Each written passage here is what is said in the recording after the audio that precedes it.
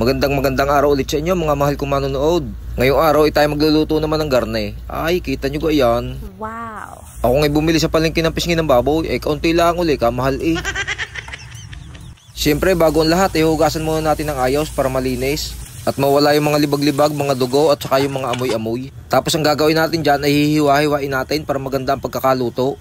At isa pa, para din maluto ng maganda yung pinakaloob ng karne. Kayo gay ganito ding magluto ng garneng pisngay ay siya, gayahin nyo aray.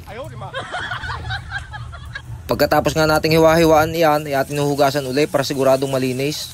Ang ating nga palang gagawin luto din ngayon ay litsong kawali. Pero bago natin iprito, siyempre ating palalambutin muna. Diyan nga ay naglagay na tayo ng tubig at lalagyan natin ng mga pampabango. Mga aromatics, pampabawas ng amoy ng karne at saka pampasarap na din. Okay. Dahon ng laurel, pamintang buo at saka naglagay din ako ng 3 pirasong bawang at saka asin. At iyan natin pakukuluin na hanggang sa lumambot. Ari nga pala hindi na natin uurasan, basta lagi lang natin titingnan hanggang sa makuha natin yung tamang lambot.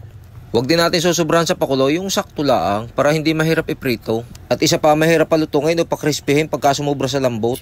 Yan nga pala binabaligtad ko din para pantay ang pagpapalambot natin sa karne.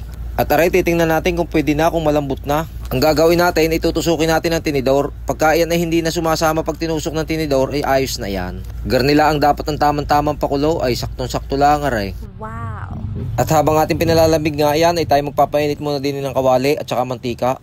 Diyan nga ay naglagay muna tayo ng isang buting mantika. Kaya lang, sa tingin ko'y kulang pa, kaya nagdagdag tayo ng garning mantika. Aray naman isang beses na gamit, pinagprituhan ko lang ng manok. At aray, naglagay din tayo ng bawang para mabangaw. Tapos ilalagay na natin, aripisngin natin ng baboy. Mag-iingat lang kayo mga idol, baka kayo matalsikan ng mantika. At pagka yan wala ng pilang tukan ng mantika, ay pwede na natin baligtarin kagaya ng ganyan. Dapat ihawak ng isang kamay nyo ang takip para pagkabaligtad, ay takip agad. Masakit din pag natalsikan ng mantika, lintog At aray na ang huling bukas. Aba, sa tingin ko'y luto na aray. At aray muna ang ating uunahin kunin, bawang. Masarap din aray, mabango. At aray na ang ating litsong kawali. Medyo may sunog ng kaunti pero ayos lang aray. Napalakas lang ng kaunti ang apoy kaya nagkagarne. At sa mga gustong magluto ng garne ay digayahin nyo lang ang aking ginawa. Wag lang yung garneng sunog. At aray, sound check nga tayo kung malutong.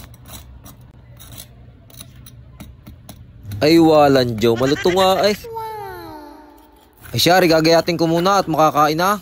Ang dugang masarap na sausawan para sa inyo sa garneng luto. Aray, pwede rin sa mang tumas na sausawan, pwede rin sa sukang maanghang. Pero para sa akin, ang the best na sausawan din ay toyo, sili, kalamansi at kaunting suka. Tapos gagayatan mo ng sibuyas.